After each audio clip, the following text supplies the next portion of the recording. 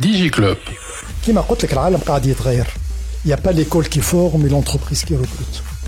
On n'est plus dans ce modèle.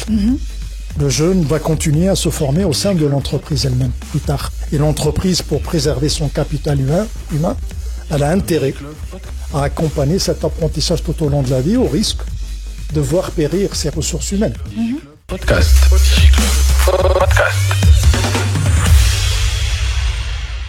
برعاية Huawei, au service de la Tunisie depuis 1999. توب نت المزود الأول للفيبر أوبتيك في تونس.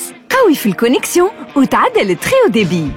وكان الزون متاعك كوفيرت بالفيبر أوبتيك نجم تعمل سمارت فيبر وتولي عندك أقوى كونيكسيون في تونس. توب نت أقوى كونيكسيون للفيري فايبر بيبل. Pristini, School of AI. Total Energy, sponsor de la Total Energy CAF Coupe d'Afrique des Nations Côte d'Ivoire 2023. DigiClub. L'intelligence artificielle, certainement سمعتوا بها. Cette technologie اللي هي على باز قديمة شوية كثر عليها الحديث dernièrement de par l'impact متاعها على beaucoup de secteurs d'activité. فما ناس خايفة منها خاطر برشا يقولوا اللي هي باش تخلي beaucoup de métiers y disparaissent complètement. D'autres قاعدين يشجعوا فيها خاطر يقولوا اللي هي باش تعاون certains métiers. الموضوع هذا حكينا عليه برشا احنا في ديجي كلوب وكل مرة نجيبوا بحذنا ضيف pour aborder certains aspects. DigiClub. Podcast. اليوم زادا باش نحكيو ذكاء اصطناعي وباش يكون موجود معنا سي محمد ناصر عمار qui est président du conseil consultatif de Prestini, une école dédiée à la formation en intelligence artificielle. Aslama si Mohamed. Aslama, et puis je suis ravi d'être là pour la deuxième fois. يعيشك سيدي. ونشكركم على الاستضافة. يعيشك. Alors, vous êtes à la fois président du conseil consultatif de Prestini, qui est l'école dédiée à la formation en intelligence artificielle, mais vous êtes aussi membre du conseil d'administration du groupe Prestini. Alors, je sais que si Mohamed Joua, dans l'épisode 153 de DigiClub, a présenté un peu l'école, ce que vous faites, ce que vous offrez comme formation, mais je voudrais d'abord revenir sur le groupe Prestini. Est-ce que vous pouvez nous en parler? Alors, le groupe Pristini, c'est un groupe qui a vu le jour en 2019, donc c'est un groupe qui intègre 3 segments. Un segment scolaire, du préscolaire jusqu'au lycée, avec l'accréditation Cambridge, c'est le modèle britannique. Donc, on prépare en quelque sorte à l'équivalent du bac anglais. Un segment universitaire, c'est l'école de l'IA. اللي هو مديرها سي محمد جواد et dont je préside le conseil consultatif. Et puis un troisième segment qui est la formation en langue et les formations techniques en mode exécutif en général. Donc نجم نقولوا ces 3 segments, ça épouse en quelque sorte la tendance. Le groupe il a investi dans ces 3 segments à la fois. Qu'est-ce qu'il y a de commun entre ces 3 segments? Pourquoi les 3 segments à la fois? On est persuadé que dans la vie, les jeunes générations, on a parlé de la génération Z ou Alpha qui ont 15 ans, ou les générations futures, vont apprendre tout au long de la vie.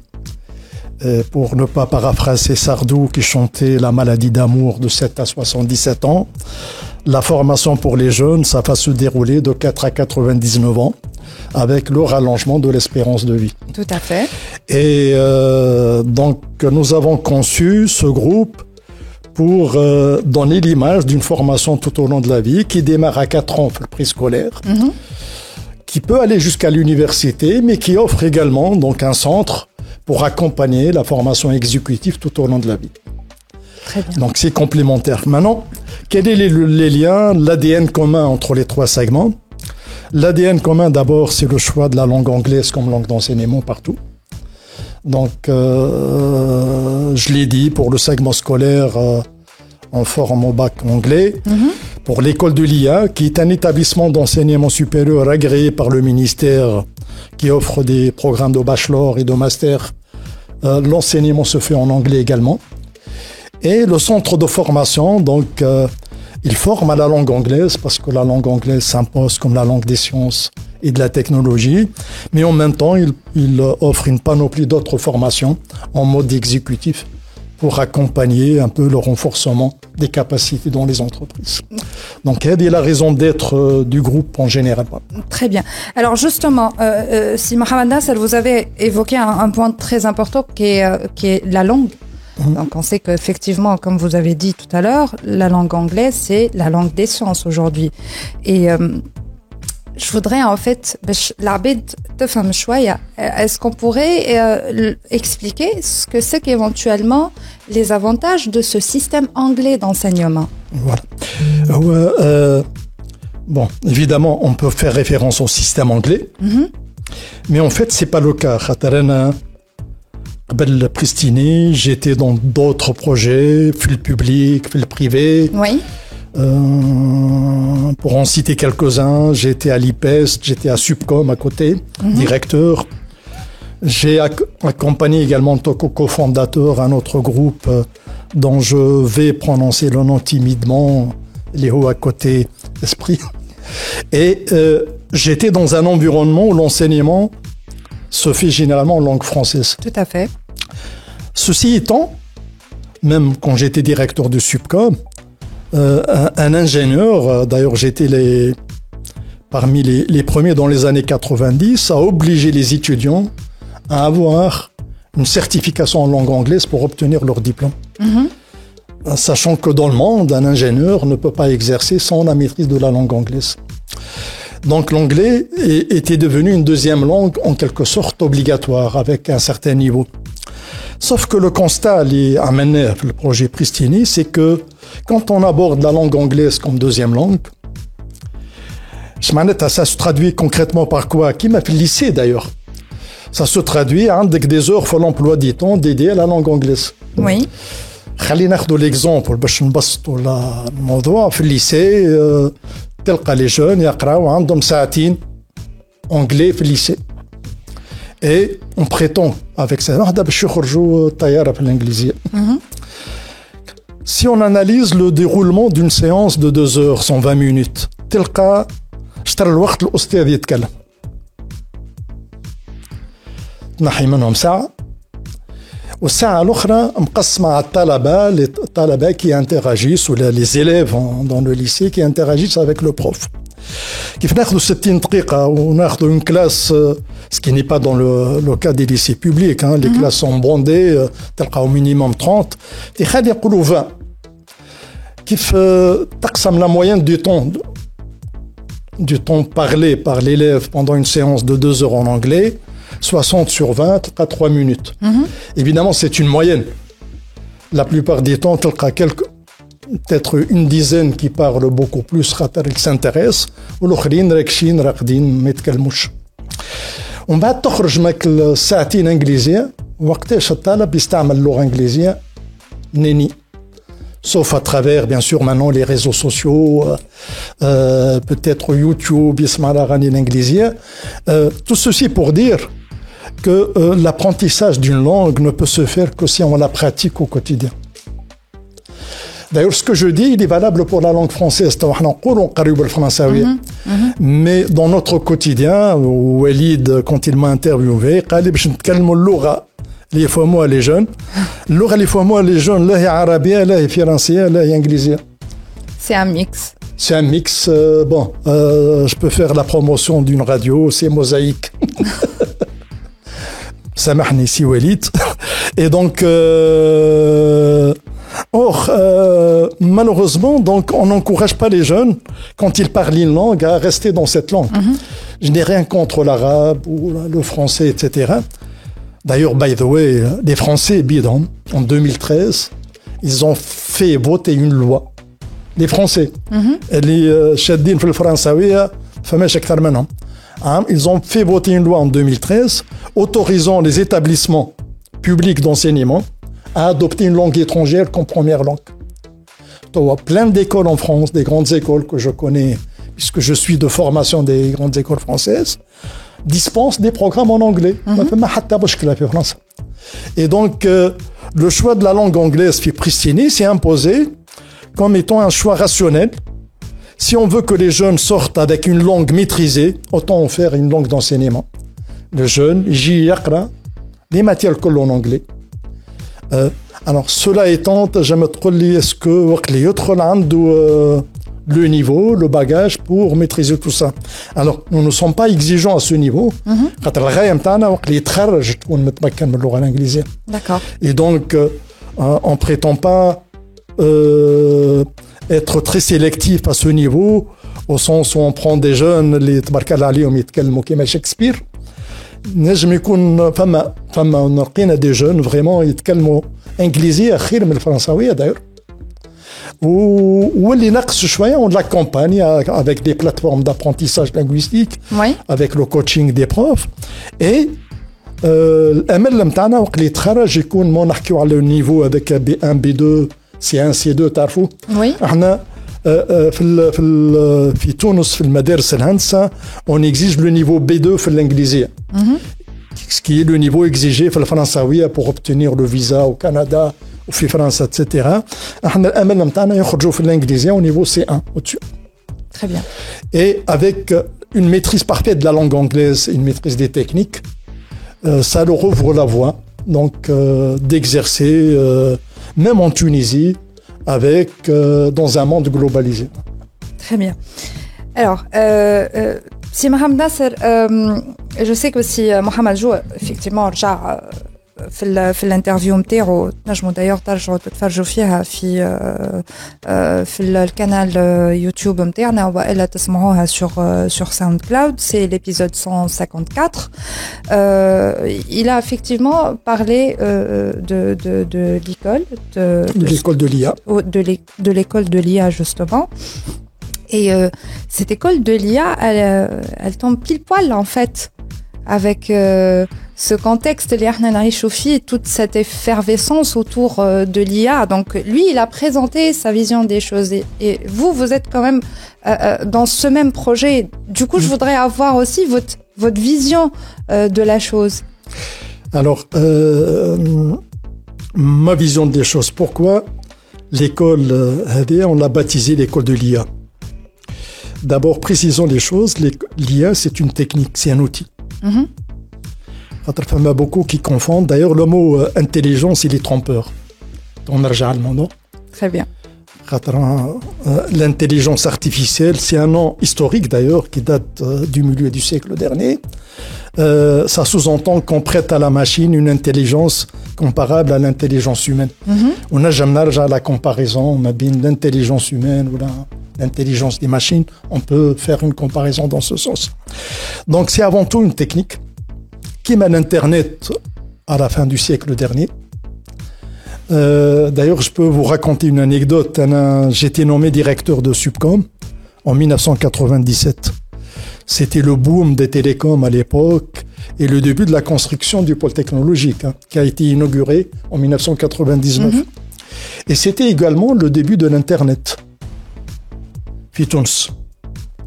Le début de l'Internet, et je me rappelle, il y avait une effervescence autour de l'Internet, il y avait des conférences qui se faisaient avec des experts de la Banque mondiale pour parler de l'Internet, de l'intérêt de l'Internet et de l'impact de l'Internet sur les économies, sur les métiers, etc.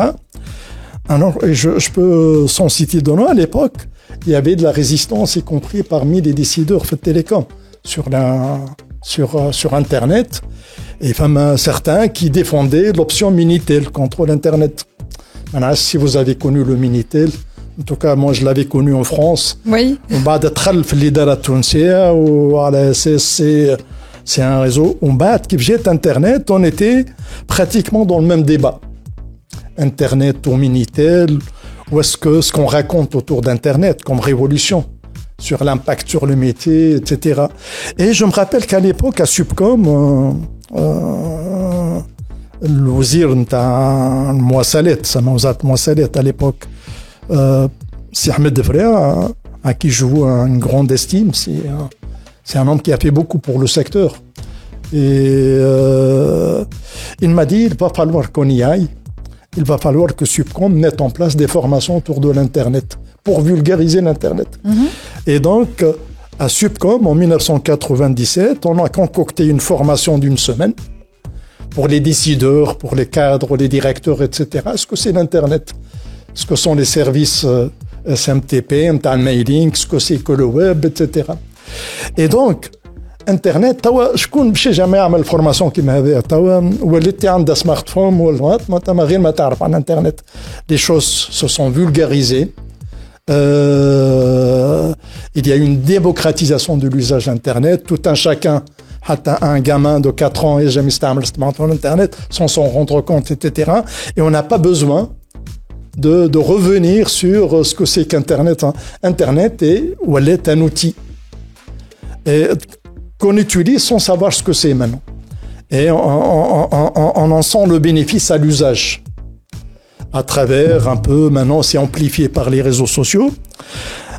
Nous croyons qu'avec la révolution actuelle impulsée entre autres par l'intelligence artificielle, qu'on peut au niveau industriel appeler industrie 4.0 la 5.0 parce qu'elle a un impact sur l'industrie également, et on est au démarrage d'une nouvelle ère où l'IA va devenir une technique, et nous pensons, comme d'autres ne sont pas les seuls, que cette technique en 2050 sera comme l'Internet aujourd'hui au niveau des usages. Et donc nous avons baptisé l'école de l'IA dans le sens pour dire que l'IA, il ne s'agit pas d'un choix, d'une option. Je veux dire, on y va, on n'y va pas. C'est quelque chose qui va s'imposer dans différents domaines d'activité de l'humain, de l'économie sociale, etc. Et que les jeunes qu'on doit former au métier du futur, il est primordial qu'ils abordent l'IA en tant qu'outil qui va augmenter leur métier. Pour ne pas dire les remplacer sans revenir sur ce que j'ai raconté, sur des métiers qui disparaissent, d'autres qui vont être créés. Ça, c'était l'épisode 148. Ce qui est clair, c'est que c'est une école de l'IA. Alors, nous prétendons pas former des experts de l'IA qui restent dans l'IA, et encore, il peut y en avoir. Mais, à minima, notre ambition, c'est de former des jeunes dans des secteurs métiers, qui met l'industrie, qui met l'administration des entreprises, qui met la santé, et plus tard peut-être d'autres secteurs qui met la finance. Comment aborder, qui met le management, comment aborder ces secteurs métiers en y intégrant l'intelligence artificielle, parce que l'intelligence artificielle va s'imposer comme outil qui va induire beaucoup d'effets positifs dans des prises de décision et pour résoudre des problèmes de plus en plus complexes qui ne sont pas abordables à l'échelle humaine pour ces problèmes précis. Très bien. Alors, si Nasser, احنا نخرجوا pause صغيرة ومن بعد ترجع تفسر لنا avec un peu plus de détails ce que vous dispensez effectivement comme formation et تزيد تفسر لنا أكثر effectivement علاش vous pensez aujourd'hui que l'IA effectivement va s'imposer et que elle va transformer plusieurs choses في العالم نتاعنا, que ce soit dans le monde du travail ou de la formation aussi. DigiClub. Huawei, au service de la Tunisie depuis 1999. Topnet, أقوى connexion لل very fiber people. Pristini, School of AI. Total Energy, sponsor de la Total Energy CAF Coupe d'Afrique des Nations Côte d'Ivoire 2023. DigiClub. رجعنا معاكم في دي جي كلوب معنا سي محمد ناصر عمار qui est donc président du conseil consultatif de Prestini, l'école spécialisée dans la formation en intelligence artificielle. عسلامة مرة أخرى سي محمد ناصر. Salmek. Alors, avant la pause, on a présenté le groupe Prestini, on a présenté l'école dédiée à la formation en intelligence artificielle et vous m'avez expliqué, et vous avez expliqué à nos auditeurs et le public qui est Faraj Fina, que l'école aujourd'hui dispense en fait des formations pour aider certaines personnes qui s'intéressent justement à l'intelligence artificielle à acquérir des compétences, les connaissances nécessaires pour pouvoir intégrer aujourd'hui cette technique qu'on veut dire, alors que généralement on a tendance à dire ensemble de technologies. Vous présentez ça comme une technique, voilà. Comment intégrer justement cette technique dans différents domaines, que ce soit dans le domaine de l'administration, vous me dites... Dans différents secteurs d'activité, oui, voilà, dans tous les métiers où ils vont exercer. Très bien. Alors, justement, est-ce que vous pouvez nous expliquer davantage ce que vous dispensez comme formation aujourd'hui, chez Prestini? Alors, les formations, nous les déclinons en des programmes bachelor et master. Bachelor, c'est la licence. C'est une formation de 3 années, bac plus 3. Donc, et puis, nous avons des masters en 2 ans. Alors, étant donné que les bachelors, c'est la première formation de base pour les bacheliers, c'est des programmes qui donnent un peu, qui plantent le décor, qui donnent un peu les fondamentaux de l'informatique, des mathématiques et de ces nouvelles techniques de l'IA. Oui. Alors, nous avons 2 parcours. Un parcours pour les bacheliers scientifiques et techniques, Applied Machine Learning, donc, où ils font donc ces fondamentaux en poussant un peu vers les techniques de l'apprentissage machine. Oui. Et puis un autre parcours bachelor baptisé BI, Business Intelligence, qui pourrait admettre des bacheliers éco-gestion, par exemple. D'accord. Parce que là, donc, on insiste davantage sur l'usage que sur la maîtrise, la technicité. Au niveau master, c'est la couche au-dessus, c'est un peu l'hybridation des techniques avec les métiers. Et nous offrons actuellement 3 masters. Un master qui hybride l'IA avec l'industrie, donc c'est l'industrie 4.0, 5.0. Un master qui hybride l'intelligence artificielle avec l'administration des entreprises. Et un master qui hybride les techniques de l'IA avec le domaine de la santé.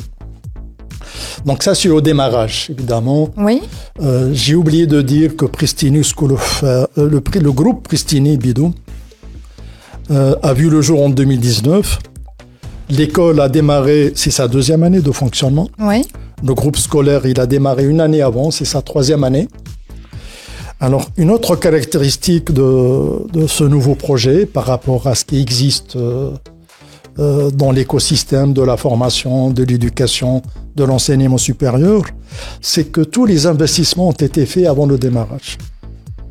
Plus de 75 millions de dinars, 25 000 mètres carrés pour tous les segments, avec les équipements matériels et immatériels, sont là avant le démarrage. Généralement, donc j'ai connu d'autres expériences dans le privé, je vais pas revenir sur ça. Généralement, donc quand on investit dans un acteur privé, et la plupart des acteurs privés, l'enseignement supérieur, oui. Ils démarrent avec un petit investissement du style, on loue un petit bâtiment, on essaie d'avoir des étudiants, et quand il y a de l'argent, les choses marchent, on investit pour agrandir. Et puis, il n'y a pas le choix. Parce que là, la démarche, ça a marché à une certaine époque. C'est plus le cas parce que j'estime que le secteur de l'enseignement supérieur, dans ses segments publics et privés, il est devenu mature. Et que la concurrence est rude. Et la concurrence va se faire à travers la qualité. Et donc, un nouvel acteur, au début des années 2000, qui m'a c'était le démarrage de l'enseignement supérieur privé à l'époque. Oui. La loi, elle date de 2000. 20 ans après, on estime près de 75 établissements dans l'enseignement supérieur privé. Et donc, il y a une concurrence rude. Il y a la concurrence du public également, donc qui devient attractif. Il y a des écoles d'élite, des pôles d'excellence qui restent attractifs par rapport au privé. Et dans tout ça, si un nouvel acteur veut entrer et donner l'image de la qualité, il n'a guère le choix, selon notre vision un peu du groupe, que de dire, voilà, nous faisons de la qualité, mais nous la montrons. il y a des infrastructures. Nous sommes implantés dans Novation City, qui est une très grande technoparc dédiée à la mécatronique, à l'industrie 4.0, Fissoussa, Oui. qui offre un écosystème avec des entreprises, des startups, un incubateur, des centres de recherche, une école d'ingénieurs publics à côté qui est l'INISO. Et donc, qui m'a la technoparc El Ghazala, mais Fissoussa. Et dans ce contexte, nous avons implanté ce projet avec tous ces investissements, avec des plateformes matérielles et immatérielles. Parce qu'en plus de ces programmes bachelor et master, pour le volet pédagogique, j'ai dit que nous avons fait le choix de la langue anglaise. Mais en plus, pour être planté dans le futur, parce que la principale qualité dans ce monde qui à l'horizon 2050, un monde d'ailleurs que certains spécialistes qualifient de VUCA. VUCA, c'est l'acronyme de 4 lettres en anglais. V comme volatile, ça veut dire un monde qui change rapidement, de plus en plus rapidement. U, c'est incertain en anglais, c'est un monde d'incertain. Plus personne n'est sûr de dire ce qui va se passer dans 1 an ou 2. Il n'y a qu'à regarder ce qui se passe actuellement et de revenir en arrière quelques mois en avant. Personne n'aurait prédit cette situation. Un monde complexe, c'est le C de la complexité. Les problèmes ne sont plus segmentés, cloisonnés, en ce sens qu'on peut les aborder uniquement avec une seule spécialité. Et un monde ambigu où il y a le doute. Sans le doute, on ne peut pas avancer, donc c'est plus des choses tranchées, binaires, c'est pas blanc ou noir, on est dans les nuances du gris. Et dans ce monde-là, évidemment, Walid, au dernier épisode, m'a posé, d'accord, où les métiers vont changer, les compétences aussi. Comment assurer qu'aujourd'hui, on forme les jeunes aux compétences de 2030 ? Sachant qu'on est en train. Évidemment, donc, il faut qu'on change le paradigme, comme je l'ai dit, l'épisode avec, on passe d'une ingénierie de formation à une ingénierie de compétences. Oui. Mais il faut qu'on insiste sur les compétences qui restent les compétences humaines, d'ailleurs qu'on appelle les 4C, l'esprit critique, la créativité, la communication et la collaboration. Parce qu'avec ces 4 compétences clés, le jeune va affronter cette complexité du monde, il va travailler dans des environnements où il va s'imposer grâce à ces 4 qualités. Et s'il y a une qualité, les jeunes, s'il y a une compétence sur laquelle on doit insister, puisque j'ai parlé de formation tout au long de la vie, c'est la capacité d'apprendre à apprendre. Le jeune n'apprend plus uniquement à l'école. Fini le temps, كنا في المكتب يعلمونا وكلي تعلمناه نترجع منه شوية pendant la carrière, comme s'il s'agissait d'une rente. Les choses bougent, les connaissances bougent, les compétences bougent, les métiers bougent et ça bouge à une vitesse de plus en plus grande. Et donc, la capacité d'auto-apprentissage est très importante. Ça veut dire que le jeune doit apprendre à apprendre par lui-même dans son environnement de travail plus tard, revenir éventuellement faire une formation en mode exécutif à l'école, si ça lui paraît... et encore, à l'école maintenant, on va vers l'hybride, online présentiel. Tout à fait. Ce n'est plus la formation ex-cathedra, تجيب لهم أستاذ وتلمهم في قاعة ويبدأ يمل عليهم. Et donc... alors, cette capacité d'auto-apprentissage, nous avons fait le choix d'offrir à chaque étudiant une licence Coursera. Alors, Coursera, c'est la plus grande bibliothèque actuellement dans le monde. Bibliothèque virtuelle, bien entendu. C'est une plateforme qui offre des cours des meilleures universités dans toutes les disciplines. Très bien. Des universités américaines, européennes, asiatiques.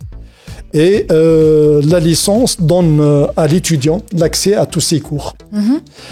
Et bien entendu, le but, c'est pas qu'il aille voir un peu tous les cours, mais parallèlement à la formation qui est dispensée à l'école. Oui. Les enseignants qu'on préfère baptiser de coach, d'ailleurs, accompagnateurs, recommandent aux étudiants de regarder des cours similaires, comment ils sont dispensés, ou à MIT, à Stanford, à l'école polytechnique de France, le même cours, le même contenu, et d'enrichir un peu sa formation, son interaction avec le prof, pratiquer la classe inversée à travers ça. Et donc, la licence Coursera a deux vertus. Donc, on n'est plus à l'ère où le prof est propriétaire de son cours. On est dans l'ère du partage. La science est diffusée. En 2 clics, on peut tout apprendre. ChatGPT, justement, peut nous apprendre, puisque il engrange une quantité de données gigantesques. Et dans tout ça, le fait d'utiliser ces plateformes, ça va donner une plus grande aisance aux jeunes, plus tard en métier du travail, de ne pas être bloqués, de ne pas penser que la formation elle est قراءة في المكتب وفي تكاو ما عادش عنده ما يتعلم شو قد يتعلم مدى الحياة. Très bien. Alors justement, si Mohamed Nasser, vous me dites que vous êtes implanté quand même au sein d'un pôle technologique, donc vous êtes entouré d'entreprises qui sont dans les métiers de la technologie, dans l'innovation, et vous êtes en train de former les gens au métier du futur. Ouais. Donc je suppose que quelque part vous êtes en train de former une pépinière pour ces entreprises-là, pour qu'elles puissent peut-être avoir les compétences qu'elles cherchent. Est-ce que vous avez éventuellement pensé, ou est-ce que vous avez fait tisser des partenariats éventuellement avec ces entreprises pour peut-être placer les gens que vous êtes en train de former au sein de ces entreprises, que ce soit pour des stages ou peut-être pour un début de carrière? Je vous remercie pour cette question, parce que c'est une question pertinente. Il n'y a pas l'école qui forme et l'entreprise qui recrute. On n'est plus dans ce modèle. Mm-hmm. Et le jeune va continuer à se former au sein de l'entreprise elle-même, plus tard. Et l'entreprise, pour préserver son capital humain, elle a intérêt à accompagner cet apprentissage tout au long de la vie, au risque de voir périr ses ressources humaines. Avec un tas des ressources humaines à un instant T, qualifiées, soi-disant, qui ont toutes les compétences pour exercer dans l'entreprise. Il n'est pas dit que 3 ans plus tard, s'ils maintiennent leur niveau au niveau ADK, si l'entreprise n'évolue pas avec ce changement effréné du monde, elle va aller acculer à disparaître, elle va voir son business réduire. Et donc, le nouveau modèle, ce n'est plus l'école qui forme, mais l'entreprise qui juge à la fin, à un attestage, un projet de fin d'études, à un sanaf de diplôme, je fais un job fair, je fais des entretiens pour recruter les jeunes qui me plaisent. On est plus dans une formation, dans un modèle partenarial. Et ma conception de la chose, c'est que l'école de demain, l'école qu'on veut en créer Fibristini, c'est une école en partenariat dès le démarrage avec l'entreprise. Et nous venons de démarrer du moins 2 programmes en partenariat, un programme en alternance. Alors l'alternance, c'est un concept nouveau qui a démarré en 2018 et j'ai eu la chance de l'avoir démarré avec Vermeeg à l'époque. Et Vermeeg a joué le jeu parce qu'elle a trouvé beaucoup de vertus dans ce modèle. On prend des jeunes, au lieu qu'ils se forment au niveau master, par exemple, en 2 ans, de façon classique, à l'école, moyennant un stage, des stages, voilà, un projet de fin d'études. On étale le programme sur 3 ans et on conçoit le programme de formation de façon alternée entre l'école et l'entreprise. C'est un jeune en formation initiale qui apprend en même temps à l'école et qui apprend à l'entreprise. Ce qu'il apprend à l'entreprise, c'est l'aspect professionnalisation. Alors ce schéma a une vertu en termes pédagogiques parce que ça met en œuvre ce qu'on appelle une pédagogie inductive, opposée à une pédagogie déductive qu'on a en formation classique. Quand vous êtes en formation classique, via master ou la haja, vous avez un cours, whatever, maths, économie ou la haja. Il se veut, vous avez en face un prof sachant, expert dans sa matière, et vous ne faites pas le lien entre ce qu'il raconte ou les objectifs du cours avec la vie professionnelle. Alors souvent, les étudiants se bloquent, ils posent la question, ça va me servir à quoi? Donc ça me sert à quoi dans la vie professionnelle, ça? Surtout pour des cours de maths. Tout à fait. Alors, le mathématicien, il n'a pas de réponse à ça, puisque son travail, c'est les maths. Point. C'est l'abstraction. Et sur l'eau, évidemment, pour notre lot, vous verrez plus tard, vous allez rencontrer des problèmes. Non. Ça, c'est ce qu'on appelle la pédagogie déductive. Et peut-être dans la vie, vous allez déduire par vous-même que ces choses peuvent être utiles dans certains problèmes plus tard. La pédagogie inductive, à l'inverse, c'est que dans le mode d'alternance, le jeune, l'entreprise, on va le confronter à une équipe, à des projets, et il va aborder des problématiques de l'entreprise sans avoir les concepts, sans avoir vu auparavant les concepts à l'école. On n'est pas en mode synchrone. Et donc, il va aborder des problématiques avec un senior qui l'encadre, sur le tas en douant. Quand il revient à l'école et qu'il a un cours en relation avec le projet qu'il emmène, c'est là qu'il va faire le lien automatiquement. Il va se dire, tiens, donc j'ai rencontré cette situation professionnelle dans le cadre de ce projet. Et là, je fais très vite le lien avec l'aspect conceptuel que le prof est en train, que le cours est en train de me prodiguer. Et il va être encore plus intéressé il va pas être dans la posture qui m'appelle de se poser la question, ça sert à quoi? En fait, ça a servi avant d'aborder le cours. Et cette alternance a d'autres vertus. Le jeune, lorsqu'il a le diplôme de master, il va rajouter une ligne au nord dans son CV. Il a 3 ans d'expérience en plus du diplôme. Très bien. C'est plus important que le stage de 6 mois. Absolument, oui. Et puis, l'entreprise, elle en tire un bénéfice parce qu'elle a formé un jeune moulé en fonction de ses besoins. On sort de la problématique le siècle dernier, adéquation, formation, emploi. On n'est plus dans ça. Le jeune, il est adapté, il est opérationnel. L'école l'a formé, mais également l'entreprise a contribué à sa formation. Donc, il fait le diplôme, je les compétences. Ouais, et si elle s'intéresse à lui pour le recruter plus tard, évidemment, elle va en faire quelqu'un qui va évoluer, qui a de la perspective. Donc, c'est un nouveau mode partenarial mis en place dans le cadre d'un master. Et là, nous venons, donc, ça veut dire un même master, nous pouvons l'offrir en 3 modes. Le mode classique étudiant, oui. J'yaqra Amin pour avoir le diplôme. Il y a évidemment stage, le projet de fin d'études. C'est un partenariat mou avec l'entreprise. Et mou dans le sens où l'entreprise, finalement, son lien avec l'école, c'est à travers un individu, c'est un étudiant. Et souvent, donc, il y a un biais dans tout ça. Un biais, c'est quoi? C'est-à-dire, si l'étudiant est mauvais, l'entreprise a tendance à généraliser l'école est mauvaise derrière. Alors qu'elle juge un individu dans une population. À l'inverse, évidemment, si elle tombe sur un étudiant très brillant, elle tend à amplifier un peu l'image de l'école. Mais qu'importe, donc ça c'est un mode mou. L'alternance, c'est un mode plus fort, dans le sens où, à travers l'alternant, l'étudiant, il y a une personne ressource de l'entreprise qui s'appelle un maître d'apprentissage qui suit tout au long de la formation cet alternant. Et puis il y a un tuteur académique côté école qui suit également le parcours de l'étudiant.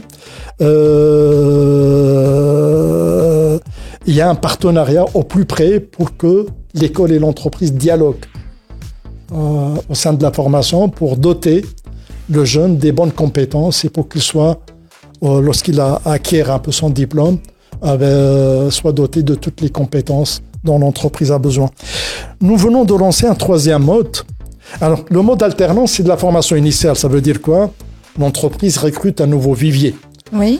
واليوم باش تاخذ ان ليسونسيي باش يعمل ماستر كلاسيك وتستناه يخرج بالماستر pour le recruter. Elle le recrute au niveau de la licence et elle le met en formation en mode alterné pendant 3 ans. En plus, elle paye pour sa formation. Ou elle donne un salaire. Ça veut dire le jeune alternant, il est embauché, puisqu'on n'est plus dans la problématique d'employabilité. Oui. Il est embauché pendant ses études. Il a un salaire. Il a un contrat CDI. Et puis l'entreprise, évidemment, elle trouve un gars, puisqu'au lieu d'attendre que le jeune يخرج في الماستر ونلقاه مشلك الكل, je vais investir plus tard dans sa formation. Là, je vais avoir un produit tout fait, moulé, narfou. J'ai pas besoin de le mouler davantage. Oui. Il est immédiatement professionnel dans mon entreprise. Opérationnel, etc. Il connaît l'environnement, etc. Et puis, l'école. Ce dialogue, cette interaction forte avec l'entreprise. Alors, le troisième mode, c'est le mode exécutif. Ça veut dire que dans ces nouvelles techniques de l'IA, les jeunes qui sont sortis de l'école il y a 5-10 ans, connaissent l'IA. D'autres techniques. C'est ça? Donc, je veux dire, ils étaient formés à d'autres métiers. On est dans une espèce de reconversion, c'est ça? Tu vois le réseau LinkedIn, les métiers les plus prisés autour de l'IA qui commencent par data scientist, data analyst, MLOps, data architect, etc. C'est des métiers qui n'existaient pas en 2013. Donc ça, c'est le produit de la révolution en cours, qui est en marche. Et c'est les métiers les plus demandés. Et donc, les gens qui sont sortis en 2012, ils ne sont pas formés à ces métiers. Et donc, il y a un besoin de ce qu'on appelle reconversion ou de renforcement de capacités ou de montée en compétences. Ce qui exige de l'entreprise un effort pour accompagner les ressources humaines si elle veut les conserver. Et ce que nous offrons dans ce cadre-là, c'est un master en mode exécutif, oui, en mode upskilling, reskilling, pour les collaborateurs en place qui travaillent. Mais ça sera en mode plus souple, nous leur offrons d'apprendre à travers des plateformes pour minimiser le va-et-vient. Les cours du soir, les cours du soir, ça nécessite beaucoup d'efforts de la part de تصور واحد يخدم 8 سوايع في النهار وبعد مازال مخه حاضر باش يقرا في الليل ساعتين ولا باش يقرا في الويكاند وعنده عائله où il se déplace, etc. Maintenant, ce qu'il y a de bien, c'est que la technologie permet à travers des plateformes à ses collaborateurs d'apprendre en toute flexibilité, d'apprendre où ils veulent, quand ils veulent, et de venir de temps en temps à l'école, parce que le contact humain avec un acquis au chalet, c'est pas la machine qui va le remplacer. Et ça permet à ces jeunes d'avoir le niveau master dans ces nouveaux métiers à travers une formation online en mode exécutif. Donc c'est un peu 3 modes. Maintenant, le mode partenariat le plus élevé, avec les entreprises, et que nous allons démarrer pour certaines entreprises, c'est d'aborder un peu le partenariat par des problématiques de R&D. D'accord. معناتها l'entreprise تجيك تقول لك l'IA مازالت ما نعرفش كيفاش باش ندخلها. Je pose un problème, l'IA résout des problèmes, c'est une technique. Je pose un problème et essayez de l'aborder avec vos étudiants, avec vos enseignants et de montrer que ça a un impact. Ça a un impact pour mon business, ça me fait gagner de l'argent et ça résout... Alors cette façon de faire, c'est le mode le plus élevé du partenariat et nous avons quelques demandes dans la matière. Alors c'est un projet de R&D sur 3 ans qui fait travailler des enseignants, oui, des étudiants, mais également quelques collaborateurs de l'entreprise et qui irrigue, ce faisant, à la fois les cours, les projets, les stages, etc. Très bien. Donc ma vision, c'est que le partenariat, باش تخرج من stage ومن البيت هذيك باش تمشي vers un partenariat encore plus fort avec l'entreprise. Très bien. Alors, si Mohamed Nasser, je voudrais revenir après la pause à un aspect très particulier qui fait justement l'IA est en train de refaçonner le monde d'aujourd'hui. جاوبنا عليه بعد البوز. DigiClub. Huawei, au service de la Tunisie depuis 1999. Topnet, Aqua Connexion, les Very Fiber People. Pristini, School of AI. Total Energy, sponsor de la Total Energy CAF Coupe d'Afrique des Nations Côte d'Ivoire 2023. DigiClub. احنا رجعنا معاكم في دي جي كلوب. Donc avant la pause, on a parlé avec Mohamed Nasser des formations que dispense aujourd'hui Prestini, l'école dédiée à la formation en intelligence artificielle. Donc si Mohamed Nasser, vous avez évoqué les licences, les programmes de master qui sont déclinés en 3 formats, donc un format classique et un format en alternance et un format exécutif pour les gens qui veulent éventuellement faire une espèce de reconversion professionnelle, n'est-ce pas? Absolument. Très bien. Alors, vous avez évoqué effectivement aussi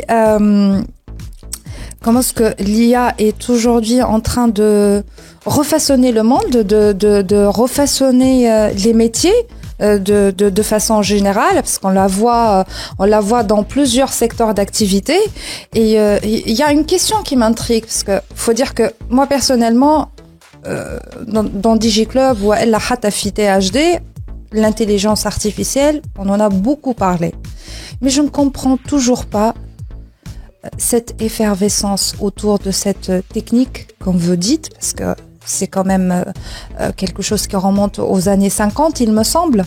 C'est dans les années 50 que Bdina Narki ou à l'intelligence artificielle. Et je ne comprends toujours pas. Est-ce que c'est dû au fait qu'aujourd'hui, il y a de grandes entreprises technologiques qui se sont emparées de cette technique, ou comment expliquez-vous cela, c'est Mohamed Nasser? C'est une très bonne question. Donc, l'IA, effectivement, en tant qu'un concept, il a vu le jour juste après la Deuxième Guerre mondiale. Et le premier à avoir pensé ce concept, une machine dite intelligente, c'est Alan Turing, celui qui a cassé un peu le code d'Enigma de la Deuxième Guerre. C'est un Britannique, oui, très intelligent. Et il y a un test qui porte son nom, en ce sens. Est-ce qu'on peut concevoir une machine telle que l'interaction entre l'homme et la machine fait penser à l'homme que c'est un homme, c'est pas une machine qui interagit avec lui.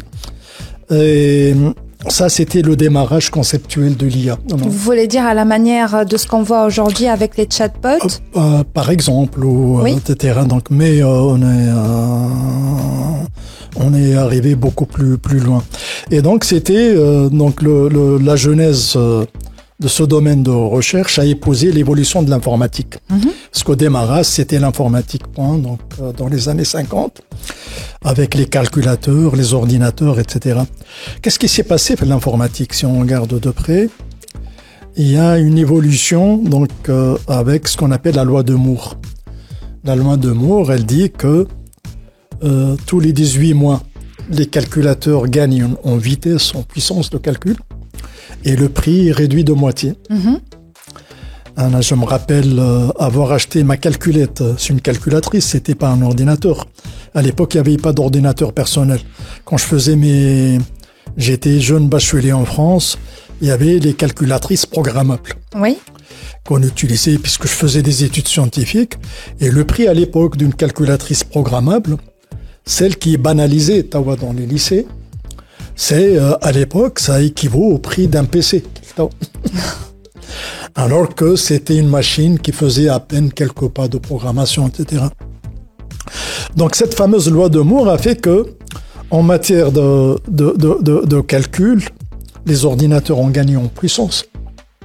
On parle de GPU maintenant, et avec le calcul parallèle, etc. Pour vous donner une idée, quand je faisais mes études à l'école polytechnique, pour ne pas la citer, France, on avait un supercalculateur. Oui. Dans fin des années 70. Mais à l'époque, supercalculateur, il n'y avait pas d'ordinateur personnel. C'était une grande machine, une bécane qui tient dans un grand espace qu'on ne voit pas. Et si on devait programmer, on travaillait avec ce qu'on appelle les cartes perforées. C'était le mode d'entrée du code. Ça veut dire on tape et on perfore des cartes et on entre un paquet de cartes. Et un paquet de cartes, c'est l'équivalent d'un programme informatique. Après, il est traité par la machine et on a donc le listing, les résultats un peu de ce qu'on veut pour résoudre le problème. Ce supercalculateur de la fin des années 70, il est 100 fois moins puissant que le smartphone qu'on a entre les mains aujourd'hui. Pour vous donner une idée sur l'avancée spectaculaire un peu du monde de l'informatique et du calcul. L'autre phénomène, c'est les données, la data. On parle actuellement de big data. Alors big data, ça veut dire quoi? Donc ça veut dire que on arrive à concevoir des data centers qui peuvent engranger, stocker une quantité gigantesque de données dans une superficie avec la miniaturisation. Si vous vous rappelez bien, donc fin des années 90, il y avait les disquettes. Alors il y avait deux formats de disquettes, les disquettes souples. On bat les disquettes, au bas les disquettes ont disparu, il y a les clés USB, oui. Et maintenant on n'utilise plus les clés USB. Et tout se fait à travers les réseaux, dans le cloud, oui, dans la machine, dans les stocks. Et les machines, les ordi, c'est en même temps un outil de calcul, c'est en même temps, il a un disque qui permet de stocker. Il y a évidemment des disques qui permettent d'élargir la capacité. Donc, la capacité de stockage des données a permis de faire la jeunesse de ce qu'on appelle le big data. Mm-hmm. Et donc, l'intelligence artificielle, quand elle était dans les labos de recherche, elle souffrait du manque de puissance des calculs. D'accord. Et de la disponibilité des data pour tester ces algorithmes. Donc, à l'aube du XXIe siècle, avec oui. l'émergence des big data, des supercalculateurs, les algorithmes, qu'on a laissé tomber, faute d'ordinateurs puissants et faute de data, ont permis donc cette résurrection un peu de l'IA et la démocratisation de l'IA à travers d'outils accessibles à tout un chacun. ChatGPT, on l'a dans son smart, on peut le tester. Et donc les techniques de l'IA ont bénéficié de cette numérisation effrénée, donc etc. C'est ça qui a été évidemment. Bien entendu, derrière, il y a eu les géants de l'informatique qui se sont accaparés les techniques, qui ont conçu des data centers géants, qui ont profité de la manne des data, du pseudo-gratuit, parce que en utilisant les réseaux sociaux, on a l'impression que c'est gratuit, que c'est facile. Alors, on dit ma femme avec le dicton, si vous utilisez quelque chose gratuitement, c'est que vous êtes le produit. Vous êtes le produit. Voilà. Et tout ça fait que maintenant on en parle parce que on en parle d'autant plus que les techniques dans les États ont montré, sur certains cas, DeepMind qui a battu le champion d'AlphaGo. Oui, vous êtes en train de Kasparov, parler qui a été battu par jeu d'échecs, oui. le jeu d'échecs. Et ça, c'est des illustrations, mais pas que. Donc, pour un exemple plus récent, la mise au point du vaccin anti-Covid, malgré un peu la controverse autour, un vaccin, normalement, dans les années, le XXe siècle, pour être mis au point, il faut au bas mot 20 ans. Oui. Entre les premiers tests de laboratoire et la mise sur le marché pour l'appliquer à l'humain. Donc là, on est passé de l'échelle de 20 ans à 2 ans. Oui, après, on a fait des tests grandeur nature. Non, mais ce qui a permis de raccourcir le temps, oui, c'est la data. D'accord. Ça veut dire on a raccourci l'échelle du temps, on a fait des tests en temps réel, il y a eu des laboratoires de recherche, beaucoup de biologie moléculaire. Par exemple, notre licorne Instadip, qui s'est fait racheter par BioNTech. BioNTech, c'est le labo allemand qui a mis au point le vaccin pour Pfizer. Oui. Et donc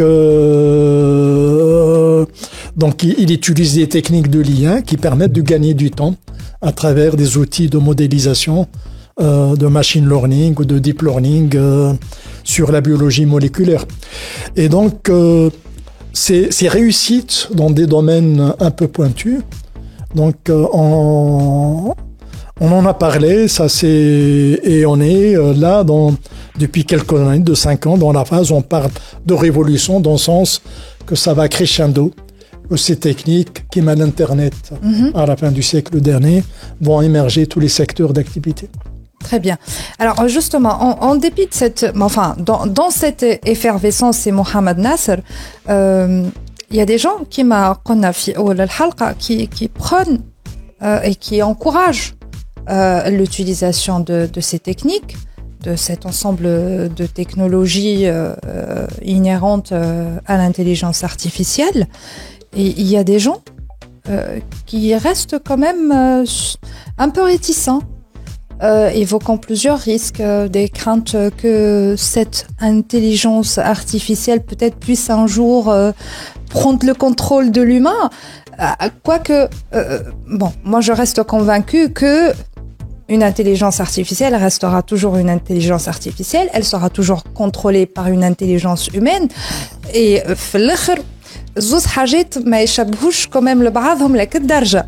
Absolument. D'ailleurs, انت قلت لي قبيلة في الأوف que il y a quand même des différences qu'il faudrait peut-être expliquer à notre public. Donc, si vous pouvez me dire donc face au labed, ce que c'est que cette intelligence artificielle, pourquoi est-ce qu'on l'appelle intelligence artificielle, et en quoi l'intelligence humaine, si je me permets, restera quand même toujours supérieure à cette intelligence artificielle. Oui, alors d'ailleurs le mot intelligence, il est intriguant. On l'attribue à l'humain, mais on a tendance à l'attribuer même à certains animaux. Donc, mais on est resté longtemps dans l'histoire de l'humanité sans lui donner un sens. C'est quoi l'intelligence? Est-ce qu'on peut parler de l'intelligence ou des intelligences? L'histoire de l'humanité est un peu donc un cours Oui. Le premier humain qui ressemble en notre constitution actuellement, qu'on appelle Homo habilis, il date de 2 millions d'années. Oui. Son cerveau, et à travers ce qui est resté comme trace, il a un volume de 600 cm3. Alors, ce premier homme, qui a donné un peu les humains plus tard, qui a évolué dans le temps, c'était un gringalet. Et ce gringalet a su survivre, évoluer, jusqu'à devenir actuellement le plus redoutable des exterminateurs. Les humains. Quand on regarde les guerres, donc c'est, oui. Quand on regarde un peu quel est l'effet de destruction de masse. Le plus important, finalement, c'est les guerres. Tout à fait. Il n'y a qu'à regarder la première, la deuxième guerre. Ce qui se passe actuellement, il n'y a pas plus dévastateur que les guerres. Bon, il y a évidemment d'autres causes de la mortalité, les maladies, les pandémies et autres. Mais là, on est à une échelle où l'humain crée des armes pour détruire l'humain. Et c'est dévastateur.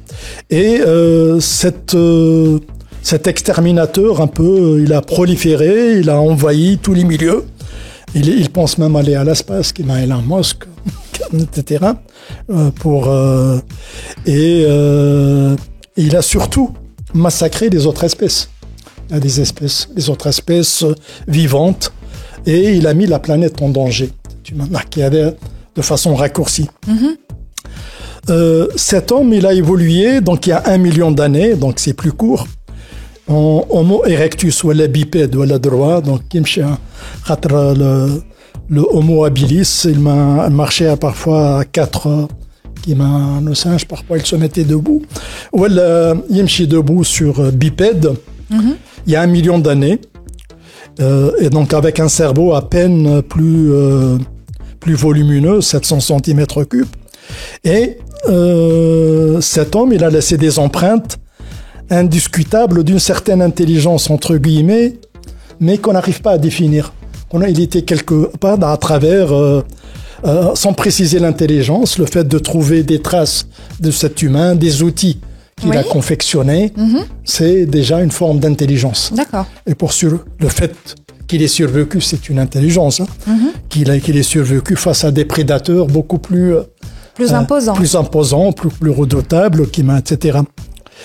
Et puis, si on passe à l'échelle, il y a 350 000 ans, On est passé au Néandertal avec un cerveau qui le double 1500 sur mètre carré. Et au-delà de la fabrication d'outils, cet homme, il a commencé à donner des sépultures aux morts. Il enterrait les morts, ce que ne faisaient pas les animaux, ce que ne font pas encore les animaux. Et donc, c'est une forme d'intelligence attribuée à l'homme, quoi, donc, qui fait qu'on vénérait les morts, on les enterrait. Et à l'époque, cet humain, il était chasseur, mais c'était le début des divinités. L'homme a commencé à croire en des dieux. Oui. C'était bien loin avant les religions monothéistes. Oui. Et donc ça, c'est une forme de... Et puis notre Homo sapiens, ce qu'on appelle Homo sapiens, l'homme savant, donc, qui a un cerveau qui réfléchit comme le nôtre, ça date de 100 000 ans à peu près. Alors lui, il a commencé à élaborer le langage. Il a commencé à développer les relations sociales complexes, à mener des activités économiques. Ça a démarré avec l'agriculture. Il a domestiqué les animaux et les autres espèces. Il a construit des temples et des palais, des pyramides. Oui. Il a inventé l'écriture, il a inventé l'imprimerie. Et pour aller crescendo vers le temps actuel, il a inventé le véhicule autonome, son chauffeur actuellement. Il a inventé l'ordinateur et il a inventé l'IRM. Et il a inventé l'intelligence artificielle. Cet humain, donc actuellement. Oui. Et donc, derrière le mot intelligence qu'on attribue à cet humain à travers le temps, c'est des millions d'années, on attachait des verbes, mais sans signification. C'est savoir, le savoir, la sagesse, la compréhension, la conscience, la ruse, le sens de la répartie. Mais sans qu'il y ait forcément des liens entre tout ça. Et à l'époque, les philosophes ou les religieux, pour distinguer cette intelligence humaine, souvent ils comparent l'humain soit à l'animal ou à Dieu. Et on dit que l'homme à l'époque, c'est entre les deux. Le Dieu qu'on vénère, c'est le parfait, et l'homme est plus intelligent que l'animal. Oui. Après, ça a évolué cette notion, on parle de la bête et de l'ange. L'homme est quelque part entre la bête et l'ange. Après, ça a évolué avec les religions, les divinités, en disant que l'homme, il y a un corps et une âme. Il y a l'esprit. Absolument. Sans savoir ce que c'est l'esprit, cette âme, comment ça fonctionne de l'intérieur. Et puis, quelque part, avec l'évolution de la biologie, on s'est aperçu que finalement, l'homme, c'est une machine biologique. Comme toute autre machine animale. L'animal, c'est une machine biologique aussi. Tout à fait. Et pour ce qui distinguer l'humain de l'animal, en disant l'homme, c'est entre l'instinct et l'intelligence. En disant que l'animal, il a une intelligence instinctive. Il se sait défendre par instinct, mais il n'est pas doté d'une intelligence sur le moyen et le long terme pour faire élaborer une stratégie pour... un malin, c'est quelqu'un qui arrive à se sortir d'une situation difficile. Et un homme intelligent, c'est celui qui sait ne pas se mettre en difficulté. Tout à fait. C'est un peu la différence. Après, on est entré dans des controverses entre l'acquis et l'inné. Est-ce que l'intelligence, on l'a à la naissance, par hérédité, ou est-ce qu'on l'acquiert pendant sa vie? Et puis, on est entré dans des dialectiques entre la connaissance et la croyance. Donc, on était resté souvent en abordant le verbe penser pour l'humain, dans une controverse entre la croyance et la connaissance. Et paradoxalement, tout au long de ces années, le cerveau humain était resté un mystère jusqu'aux années 70, 1970. Et donc, avant 1970, les psychologues, les psychanalystes, les scientifiques, les biologistes parlaient d'intelligence sans savoir lui donner intelligence humaine, j'entends, sans lui donner un sens concret. Et paradoxalement, c'est à la fin du XXe siècle, et avec justement le développement des neurosciences, et avec l'invention de l'IRM, de l'imagerie à résonance magnétique, qu'on a commencé à voir le cerveau humain en image, en activité, et à comprendre les neurones, les synapses et quelle zone du cerveau est mise en œuvre quand on est en activité et d'où la naissance d'une nouvelle science qu'on appelle les sciences cognitives qui étudient le cerveau humain. Donc vous voyez que l'IA et l'intelligence humaine, c'est des sciences récentes. Et je dirais même concomitantes. Alors que l'intelligence humaine, les neurosciences sont récentes, mais on a découvert des choses qu'on connaissait pas avant, qui existaient avant. Oui. On commence à comprendre comment fonctionne le cerveau humain, qui est doté de 80 milliards de neurones, quelles sont les zones qui sont mises en activité pendant une activité mentale. Et finalement, ceci a permis de trancher la question, de dire que le cerveau humain, qui est le nerf de la guerre, le nerf parce que donc il y a les neurones, il y a le centre de la pensée et de l'intelligence. Les animaux sont dotés également d'un cerveau et que finalement donc les mécanismes sont les mêmes un peu sauf que donc l'humain a par rapport aux autres espèces une très longue histoire et une évolution qui lui est capitalisée, etc. Et puis on a compris qu'il n'y a pas une intelligence humaine. Il y a différentes formes d'intelligence. Il n'y a pas l'intelligence humaine au sens que on peut trancher un homme intelligent ou un homme bête. L'intelligence est multiforme. On parle d'intelligence linguistique dans le langage. On parle d'intelligence logico-mathématique ou causale qui sont à l'origine des déductions. Donc, et souvent, les années 70, on faisait de l'apparition du test QI qui mesure essentiellement cette intelligence logico-mathématique. Et puis, il y a l'intelligence partielle, comment on se représente dans un environnement, donc, comment on se situe dans l'espace et dans un environnement physique. Il y a l'intelligence intrapersonnelle qui est la conscience de soi, ce qu'on sait sur nous-mêmes à l'intérieur. Il y a l'intelligence interpersonnelle ou sociale, c'est les interactions en société, donc les relations, les manipulations sociales aussi. Il y a l'intelligence corporelle et gestuelle. Il y a l'intelligence musicale et rythmique, donc à l'origine des arts. Il y a l'intelligence existentielle même, c'est qui a trait à la protection de l'individu, aux soins dès la naissance jusqu'à la mort et à la prévention des maladies. On parle d'intelligence émotionnelle également actuellement. C'est de l'empathie, de la sympathie, de la joie, de la tristesse, de la colère, de la bienveillance, de la malveillance. On parle d'intelligence également qui a trait au sexe. La stratégie de sélection des partenaires, c'est une forme d'intelligence. Pourquoi on est attiré par certains et pas par d'autres. Il y a l'intelligence économique, parce que l'économie est basée sur des agents rationnels qui savent calculer, donc interagir dans un milieu. Il y a l'intelligence politique aussi, donc des stratégies de conquête du pouvoir et de manipulation pour se maintenir dans le pouvoir. Et puis il y a des intelligences éthiques, qui a trait aux notions de bien et du mal. Donc l'humain est dans tout ça. Or, quand on parle d'intelligence artificielle, on n'est pas dans tout ça. On est dans quoi alors? On est face à la résolution d'un problème, à une prise de décision.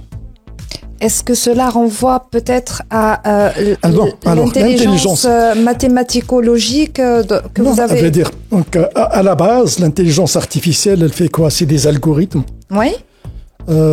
qui sont basés sur des données qui peuvent être massives, sur lesquelles la machine apprend.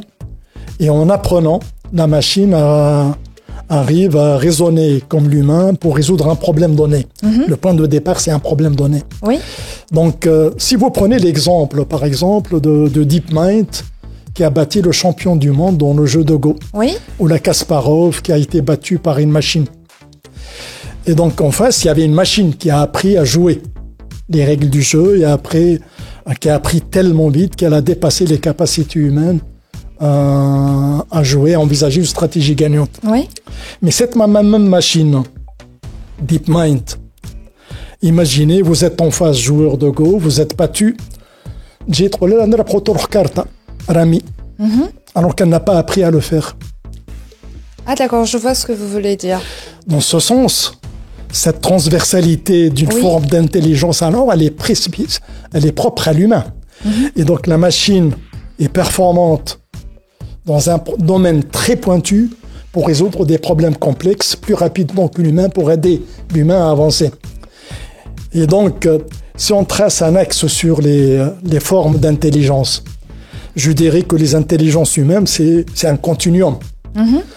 Et quand on est face à une personne intelligente, souvent, il passe d'une forme à l'autre. C'est pas une seule forme. Il n'est pas que mathématique, il est dans l'émotionnel, il est dans le social, etc. Il arrive même à passer, à transposer des cas qui n'ont rien à voir avec le problème précis qu'il évoque pour résoudre le problème. Alors que, face à une machine, on est dans un domaine pointu, avec des données concernant le problème qu'on veut résoudre. La machine apprend sur des données et arrive à le résoudre de façon performante et efficiente pour qu'il y ait une prise de décision pour le bien de l'humanité, censé être le bien de l'humanité. Et donc, si je transpose l'intelligence de la machine sur l'axe un peu de toutes les formes d'intelligence, c'est des pics éparpillés. Mais entre les pics, il y a des formes d'intelligence qui sont propres à l'humain que la machine ne peut pas aborder. Très bien. La créativité, le sens, etc. C'est ça qui fait dire que l'homme... il faut reconnaître à la machine qu'elle peut être très performante pour résoudre des problèmes complexes que l'humain ne peut pas résoudre avec les outils classiques, mais que les intelligences humaines ne sont pas à la portée de la machine pour le moment. Si Mohamed, ce que vous avez évoqué comme argument laisse entendre que, pour moi du moins, ça dissipe tout ce qu'on raconte autour des risques liés au développement de l'IA aujourd'hui. Sauf que je sais qu'avec ça, il y a des gens qui sont quand même dans le wait and see. Mais dans un monde qui bouge, avec des technologies qui évoluent à la vitesse de la lumière, est-ce qu'on peut courir le risque aujourd'hui de rester dans ce wait and see ? Évidemment non, la réponse est évidente. Évidemment que non. Parce que d'aucuns pourraient dire ça c'est une technologie qui a vu le jour dans le monde développé. C'est des géants qui sont derrière, ça marche pour eux. Restons à l'abri, on n'est pas concernés. Et on peut attendre peut-être que cette technologie fasse ses preuves pour l'adopter. Sauf que, comme vous venez de le dire, le temps, maintenant, le temps, c'est un facteur très important. Absolument. Les choses sont en train de s'accélérer. Et donc, ce que j'ai raconté autour de l'intelligence humaine de l'IA, c'est l'histoire de 50 années, sur 10 millions d'années de l'histoire de l'humanité. Donc, ça montre un phénomène de l'accélération du temps. Et donc, quand on est dans l'immobilisme, on ne bouge pas, on recule. Alors que les autres avancent à des pas géants.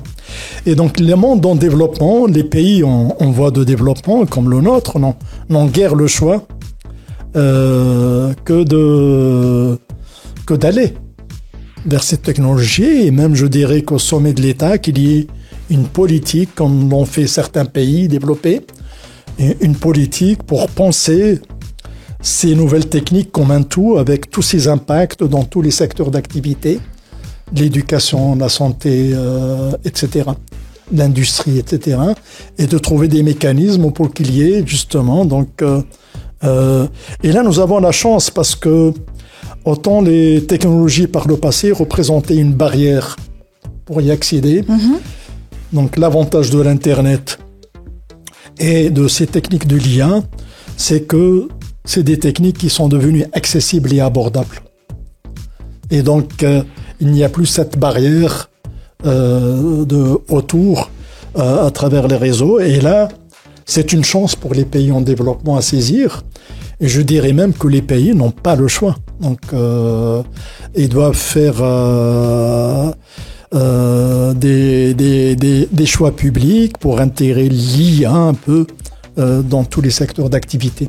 Alors justement, Samahni si Mohamed Nasser, vous êtes, vous avez lancé une initiative qui est justement cette école qui forme à l'IA, mais je suppose que cela quand même reste peut-être insuffisant et comme vous avez dit, il faudrait peut-être une politique. Qu'est-ce qu'on pourrait faire exactement aujourd'hui? Est-ce que faudrait penser peut-être à des partenariats entre des acteurs privés comme vous et le public ou qu'est-ce qu'il faut faire au juste? Bon, je suis pas à la place des décideurs publics et donc je m'interdirais de donner des leçons en la matière. On est dans la réflexion. Je peux donner des exemples de pays qui l'ont fait. Souvent, hier, j'étais à une table ronde et on a tendance à comparer notre pays avec des pays comme la Chine ou l'Inde. Mm-hmm.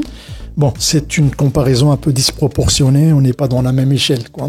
Absolument. L'Inde et la Chine sont devenus des acteurs dans l'IA. Et pourquoi? Parce que c'est d'abord des pays très peuplés, plus d'1 milliard d'habitants, mais c'est des pays qui sont entrés dès le siècle dernier dans la phase de rattrapage industriel, en copiant. Mais ils ont dépassé la phase du copie pour créer. Et se sont imposés comme des géants, des acteurs mondiaux dans l'intelligence artificielle. Évidemment, pour un petit pays d'à peine 12 millions d'habitants, 0,5% de la population mondiale, on n'est même pas un marché, je dirais. Donc, d'ailleurs, la taille du pays fait que les investisseurs sont bloqués par la taille. Mm-hmm. Alors qu'on parle d'un monde globalisé. Oui. Par contre, dans un monde globalité, là où il y a des opportunités, c'est que le marché, on peut penser à des marchés plus gros. L'Afrique du Nord, l'Afrique, l'Europe, la Méditerranée.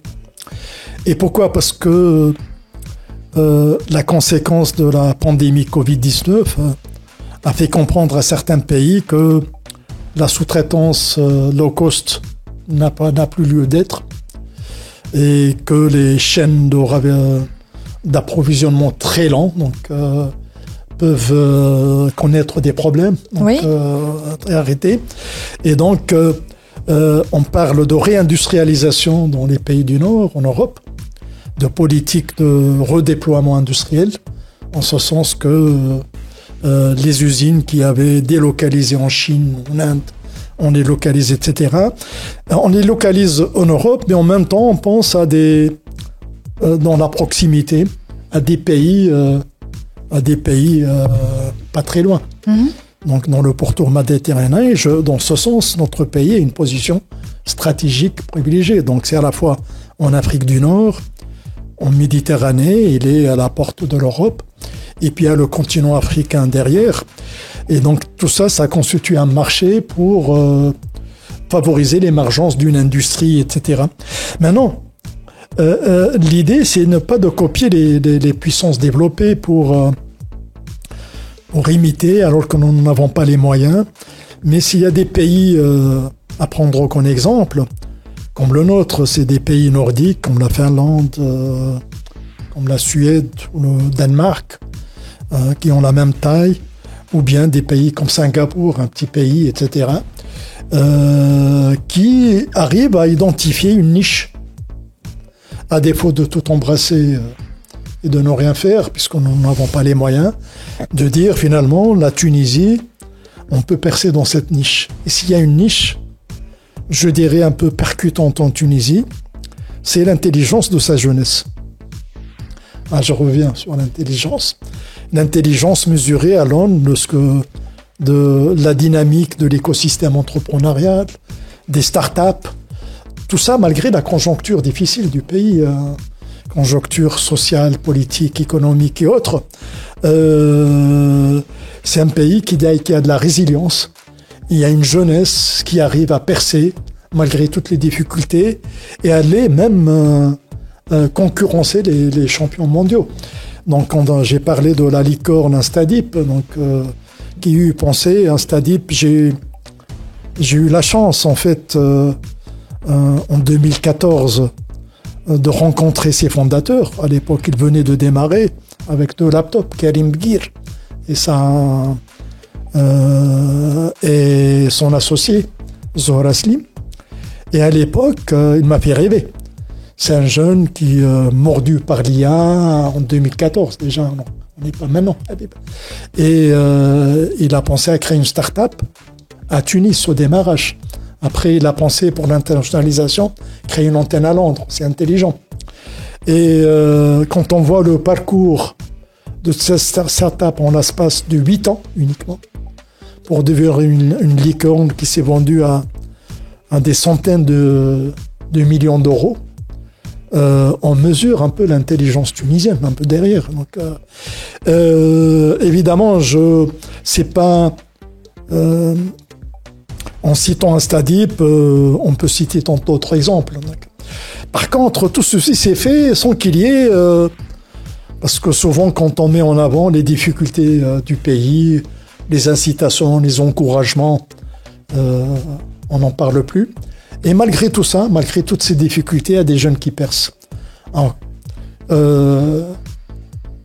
que cela deviendrait-il quand l'État prend un bras le corps un peu pour en faire une politique publique, pour inciter les jeunes, à l'instar de ces exemples de réussite, et de percer dans une niche. Et une niche, par exemple, parce que pour l'IA, finalement, qu'est-ce que ça demande comme intelligence, comme prérequis? Ça demande des gens bien formés en maths. La Tunisie est connue pour avoir eu une très bonne école mathématique. Des gens qui sont bien formés au codage et à l'informatique et à l'algorithmique. Et des gens à qui on inculque un peu les compétences purement humaines, empathiques, créativité, esprit critique, collaboration, coworking. Finalement, ça tient à très peu de choses. Et si on dit par exemple que la Tunisie sera le vivier, la destination prisée pour trouver un vivier percutant dans l'intelligence artificielle, c'est faisable. Mais c'est faisable moyennant une politique éducative qui doit changer dès l'école de base, dès le préscolaire. On n'apprend pas aux jeunes à coder quand il est au bac. À Pristini School of AI, on a fait venir une prof de l'université de Columbia à New York qui a mis au point un outil pour former les gamins à l'IA. Donc cette technique va descendre un peu plus bas, comme calculer. Les gamins utilisent bien les smartphones, savent coder. Et donc, si on met en œuvre une politique éducative, on dit que pour former davantage de jeunes, constituer un vivier, une force de frappe dans l'IA, on n'attend pas que le jeune sorte de l'école publique déformée, qu'on mette en œuvre des formations palliatives, de reconversion en autre.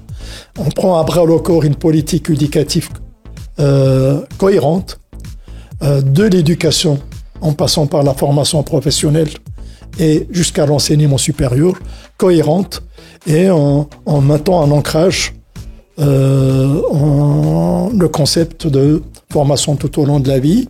Ça, c'est possible, mais il faut qu'il y ait simplement une volonté. Pour le faire, évidemment, des moyens. Très bien. Alors justement, c'est Mohamed Nasser, vous avez un peu choisi ce schéma Fi Prestini. Donc, pour les gens qui sont en train de nous regarder ou de nous écouter, est-ce que vous pouvez nous rappeler donc où se situe Prestini, comment vous contactez Alors, Prestini, Knowledge Group, que j'ai évoqué, c'est un groupe qui a 3 segments. Un segment scolaire, du préscolaire jusqu'au lycée, avec une accréditation Cambridge qui forme à l'équivalent du bac anglais. Un segment universitaire pour former des jeunes au nouveau métier augmenté avec l'IA. Et un segment de formation longue et de formation professionnelle pour accompagner un peu la montée en compétences, voire les reconversions des ressources humaines tout au long de la vie. Alors c'est basé à la Innovation City, la Technopark de Sousse, Et pour le contact, évidemment, il y a tous les moyens. Elle est présente, le groupe est présent dans les réseaux sociaux. Oui. Facebook et LinkedIn. Voilà, il y a un site web également qu'on peut trouver facilement. Puis voilà, mais permettez-moi de revenir sur une question, Oui. sur la réticence un peu par rapport à l'IA, Oui. parce qu'on met en avant les risques. Absolument. Les risques de l'IA, il y a certains gens qui se cachent derrière les risques pour dire c'est un danger, il ne faut pas y aller. Hein, pas uniquement chez nous, y compris des sommités. Donc, je me rappelle, en 2016, il y a eu le prix Nobel de physique qui a signé, y compris avec le gars... Vous parlez de la lettre qui a été signée par plusieurs universitaires, oui, pour mettre en danger de la machine. Ça, c'était il y a quelques mois, effectivement. Ça remonte à quelques années. Il est D'accord, décédé. Mais il y a une initiative qui dit l'initiative de la régulation, c'est bien. Oui. Mais la première lettre qui parlait de la machine qui va détruire l'humanité, poussée à l'extrême. On est donc ça venait de scientifiques, là. Mais c'est des scientifiques qui savaient pas de quoi ils parlaient, parce que les spécialistes de l'IA ont contredit cela, parce qu'ils ne comprenaient pas ce que c'est que l'IA. Donc, moi non plus, je prétends pas être expert de l'IA, mais je crois plus les gens qui sont dedans, que les gens qui la jugent de l'extérieur, même s'ils sont des éminents scientifiques dans d'autres domaines. Alors évidemment, donc, il y a des dangers derrière l'IA, il y a des risques. D'ailleurs, qu'on met sous l'angle éthique. La régulation qui est évoquée dans certains pays, c'est de mettre en avant un usage éthique et responsable de l'IA. Effectivement, si Mohamed Nasser, juste, je rebondis sur un point. Il me semble qu'il y a 18 pays à peu près, dans les États-Unis et le Royaume-Uni, qui ont signé un accord très dernièrement pour obliger effectivement les entreprises qui travaillent sur l'IA ou qui développent donc des techniques de l'IA pour protéger en fait leurs clients et le public contre ce qu'on appelle l'usage abusif justement de l'intelligence artificielle. Absolument. Donc ces pays mettent en avant les aspects éthiques, mais pas que les aspects éthiques, c'est les risques d'un mauvais usage de l'IA. Comme je l'ai dit, l'IA c'est une technique, une technologie comme vous voulez, et comme toute technologie, on peut en faire un bon ou un mauvais usage. Alors le bon ou le mauvais usage, il peut être voulu ou inconscient. Et c'est le propre de toute technologie. Vous prenez un peu le nucléaire. Au départ, les physiciens ont mis en œuvre le nucléaire comme source d'énergie pour le bien-être de l'humanité. Vous avez vu ce qu'on en a fait. Des bombes, etc. Et la fameuse bombe H. Et puis, bon, sans parler des bombes, même il y a eu un peu de mensonge autour des risques du nucléaire, puisqu'il y a eu des centrales Fukuyama, je crois, au Japon. Oui. Et puis l'autre en Russie. On parle actuellement. Vous parlez de Tchernobyl, là. La centrale en Ukraine qui est bombardée par les Russes, et avec des risques de propagation, donc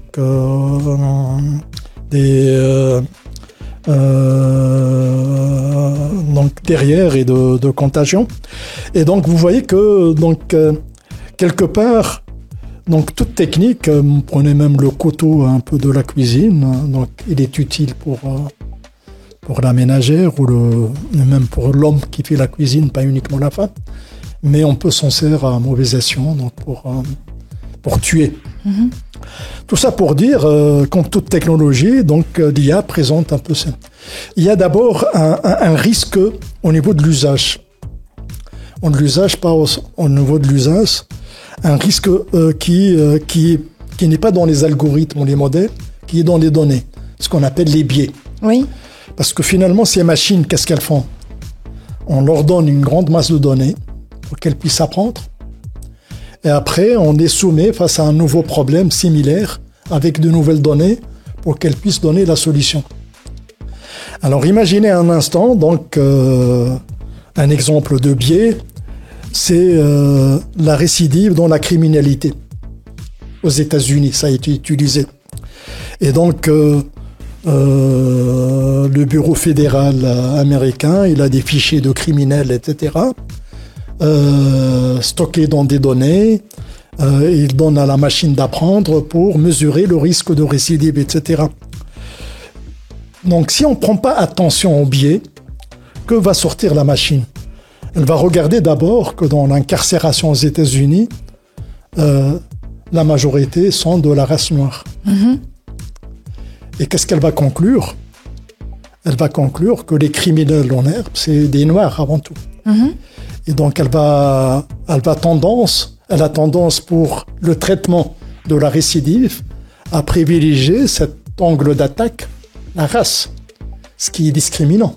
Absolument. Il n'est pas dit qu'un blanc, il est moins récidiviste qu'un noir, a priori. Ou un homme est moins récidiviste qu'une femme.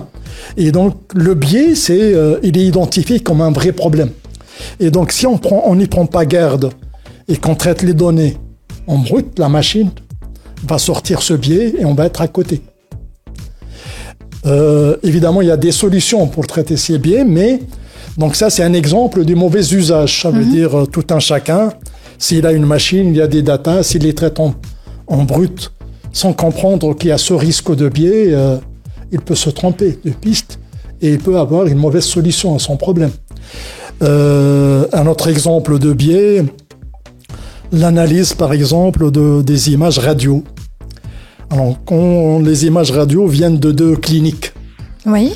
Ici, par hasard, ce qui peut arriver, qu'il y a plus de malades dans une clinique, plus de radios avec une maladie prononcée que dans l'autre, la machine va comprendre que la maladie elle est liée à la clinique, pas au patient.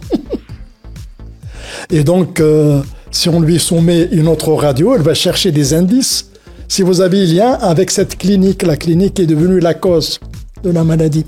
Donc ça, c'est un exemple au poussé du biais.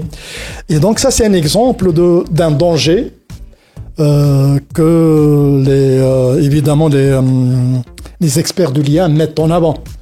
Et donc pour un bon usage du l'IA. Mais il y a évidemment, comme tout système, le mauvais usage volontaire de l'IA, le problème de sécurité, les deepfakes, des fake news. On arrive à générer maintenant avec des humains qui n'existent pas. On arrive à générer le jumeau de Nadia qui parle avec le même rythme, le même langage, à lui faire porter des propos qu'elle n'a pas. Et on diffuse ça dans les réseaux en attendant que c'est Nadia qui a tenu ses propos. Et donc tout ça, ça pose des problèmes de sécurité de plus en plus complexes, comme c'était le cas des virus informatiques avant. Mais est-ce que les virus informatiques ont bloqué le développement de l'informatique? Absolument pas. Et certes, ça pose des problèmes, de nouveaux problèmes, mais ça n'empêche pas la machine d'avancer. Un exemple, d'ailleurs, de hacking qui va dans le bon sens maintenant. Les Panorama Papers, donc les Khajou, qui ont divulgué un peu des crimes, voire des évasions fiscales. Ça, c'est plutôt une bonne chose, un peu pour désavouer un peu l'usage frauduleux donc de l'argent public. Donc, en matière de données, évidemment, par exemple, comme les montres connectées, on a peur que les montres connectées émettent un peu des données personnelles de santé aux compagnies d'assurance qui utilisent ça comme un facteur pour la prime, calculer la prime de l'assurance.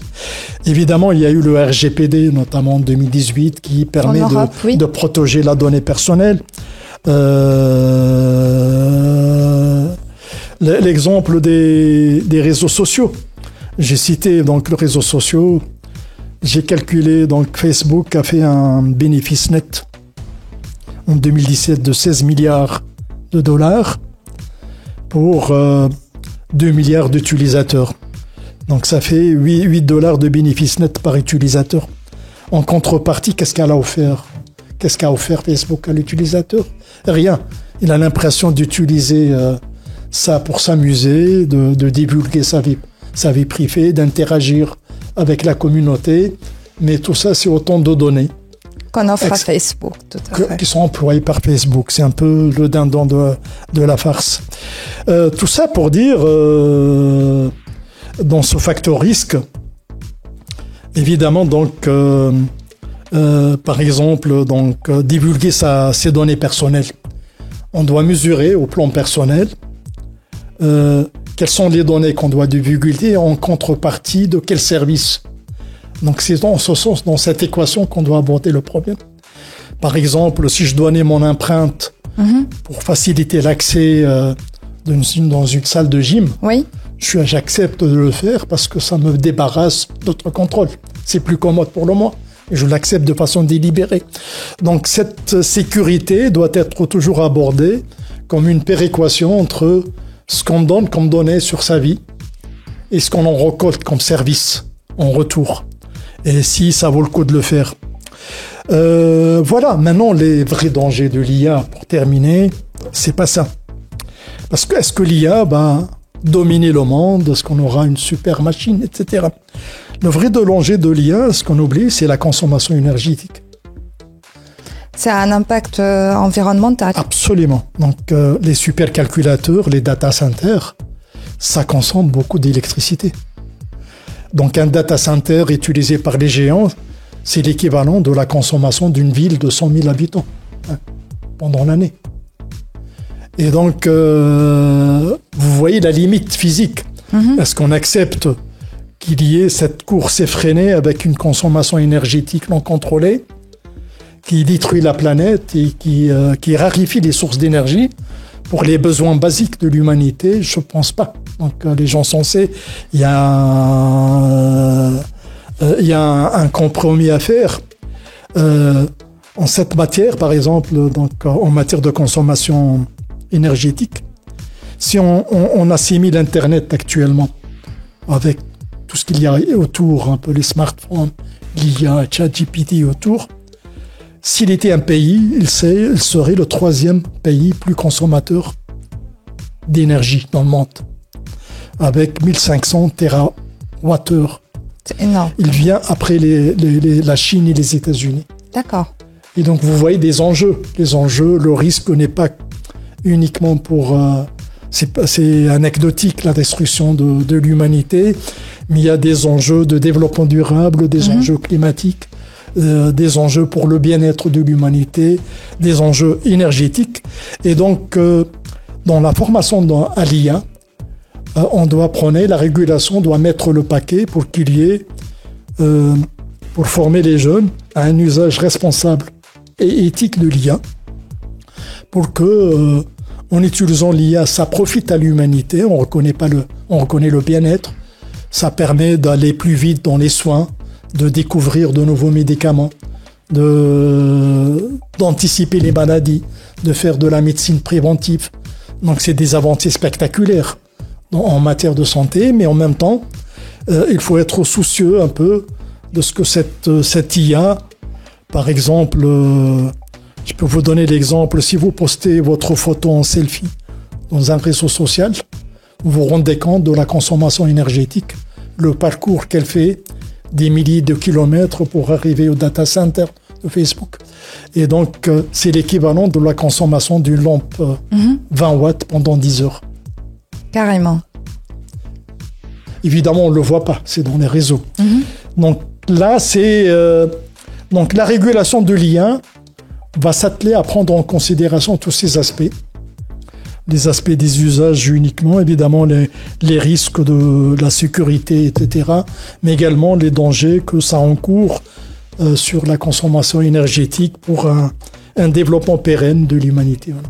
Très bien. Merci beaucoup, c'est Mohamed Nasser. Mais avant de nous quitter, si vous pouvez nous rappeler donc comment contacter Prestini. Alors, comment contacter Prestini? Bon, je rappelle d'abord que Prestini, c'est un groupe qui a 3 segments.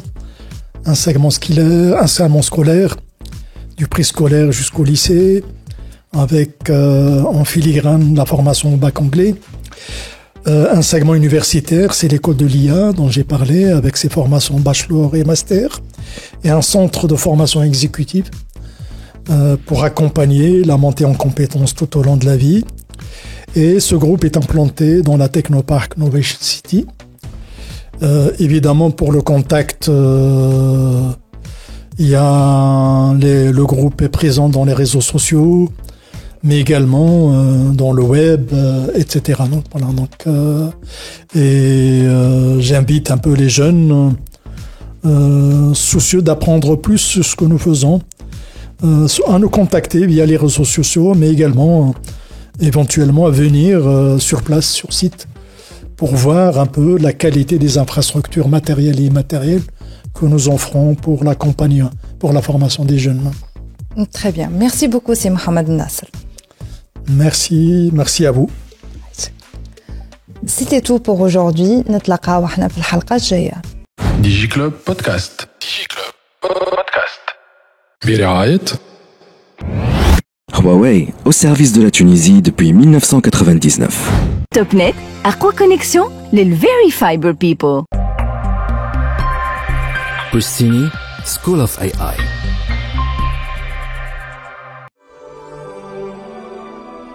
Total Energy, sponsor de la Total Energy CAF Coupe d'Afrique des Nations Côte d'Ivoire 2023.